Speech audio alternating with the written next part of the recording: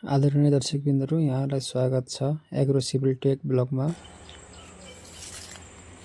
यहाँ मैले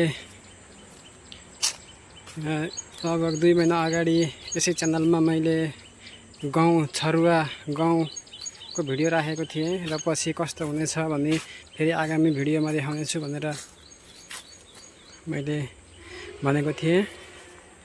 र अहिले मैले यो छरुवा गाउँकै भिडियो राखेको छु। यसमा बाला पसाइसकेका छन्, अब दुधे दाना लागेका छन्। यो अब लगभग 1 महिनापछि कटिङ गर्ने बेला हुन्छ। यसरी समग्रमा भन्नुपर्दाखेरि गाउँ राम्रै निस्किएको छ।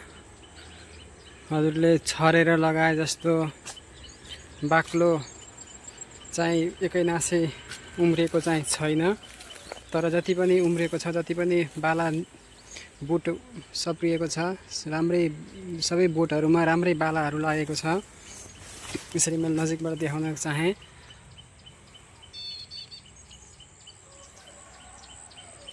यो नचोताएकोमा चाहिँ के हुने रहेछ भने ठाउँ ठाउँमा मुसाहरूले खाइदिने, चराहरूले खाइदिने हुँदै रहेछ। ल अब यो स्टेजमा लगभग मुसा लागेको छ भने पानी लगाइदिन सबैभन्दा राम्रो उपयुक्त हुने देखेको छु मैले। अब यो बेलामा पानी लगाइदिएँ भने बालीलाई चाहिने पानीको मात्रा र यो मुसाहरू पनि भाग्ने, प्लस अब घाम चर्को हुँदै गइरहेको छ र यो घामले गर्दाखेरि माटोमा धजा फाट्ने, माटो चर्किने हुन्छ।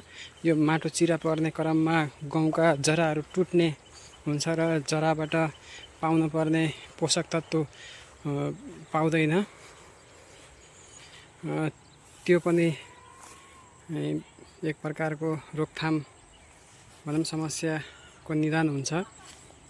यसरी समग्रमा भन्नुपर्दा गाउँ यसरी नजोतिकन छरेको गाउँ यत्तिको राम्रै भन्नुपर्दछ।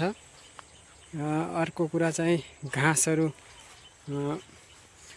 गाउँ सँगसँगैका एकदमै धेरै घाँसै छ यसमा। यस्तो हुँदाखेरि कसरी गाउँ काट्न सकिन्छ होला भन्ने हजुरहरूले पनि कमेन्टमा सल्लाह सुझाव दिनु होला।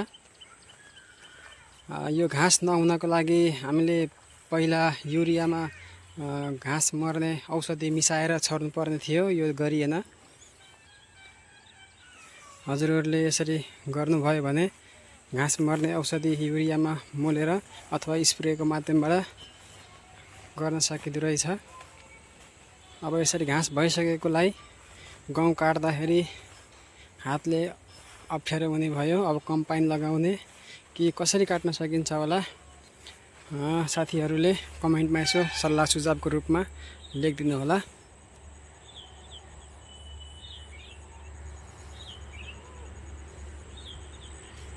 र यसरी खेती गर्दाखेरि हामीलाई लाग्ने लागत,